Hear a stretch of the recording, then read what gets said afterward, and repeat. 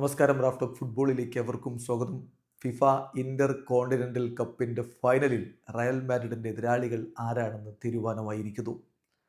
എന്താണ് Inter continental cup എന്നുള്ളത് പലതവണ നമ്മൾ പറഞ്ഞു കഴിഞ്ഞതാണ്. കഴിഞ്ഞ തവണ വരെ ക്ലബ്ബ് വേൾഡ് കപ്പ് എന്ന പേരിൽ നടത്തിയ ടൂർണമെൻ്റാണ്. ഇനിയിപ്പോൾ ക്ലബ്ബ് വേൾഡ് കപ്പ് 4 കൊല്ലത്തിലൊരിക്കൽ നടത്തുന്ന 32 ടീമുകളുടെ ബൃഹത്തായ ടൂർണമെൻ്റാണ്. അതിലെ പ്രഥമ ക്ലബ്ബ് വേൾഡ് കപ്പ്, ആ രൂപത്തിലുള്ള club world cup June July മാസങ്ങളിൽ USA വെച്ച് നടക്കുകയാണ്. പക്ഷെ മുമ്പ് ക്ലബ്ബ് വേൾഡ് കപ്പായി നടത്തിയിരുന്ന ടൂർണമെൻറ്റ് ഇനി മുതൽ ഇന്റർ കോണ്ടിനെന്റൽ കപ്പ് എന്ന രൂപത്തിൽ മുന്നോട്ട് പോകും. അത് ഓരോ വർഷവും നടക്കും.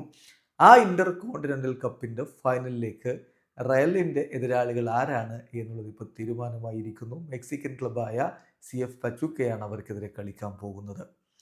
18 തീയതി ഖത്തറിൽ വെച്ച്, ദോഹയിൽ വെച്ച് റയൽ മാഡ്രിഡും മെക്സിക്കൻ ക്ലബ്ബ് CF പച്ചൂക്കയും തമ്മിൽ രാത്രി ഇന്ത്യൻ സമയം 10:30 ഇന്റർ കോണ്ടിനെന്റൽ കപ്പിൻ്റെ ഫൈനലിൽ ഏറ്റുമുട്ടും. അതിന് മുന്നോടിയായി നടന്ന ഫിഫ ചലഞ്ചർ കപ്പിൽ കഴിഞ്ഞ ദിവസം CF പച്ചൂക്ക അൽ അഹ്ലിയെ പരാജയപ്പെടുത്തി. ഈജിപ്ഷ്യൻ ക്ലബ്ബായ അൽ അഹ്ലിയുമായിട്ട് ഗോൾ രഹിത സമനിലയിൽ മത്സരം അവസാനിച്ചതിനെ തുടർന്ന് പിന്നീട് പെനാൽറ്റി ഷൂട്ടൗട്ടിലേക്ക് പോവുകയും ഷൂട്ടൗട്ടിൽ 6-5 അൽ അഹ്ലിയെ തോൽപ്പിച്ചുകൊണ്ട് CF പച്ചൂക്ക ഇതാ ഫൈനലിൽ റയൽ മാഡ്രിഡിനെ നേരിടാൻ വേണ്ടി ആ ഒരു ക്വാളിഫിക്കേഷൻ നേടിയിരിക്കുകയാണ്. റയൽ ഡയറക്റ്റായിട്ട് ഫൈനലിലേക്ക് എത്തിയതാണ്.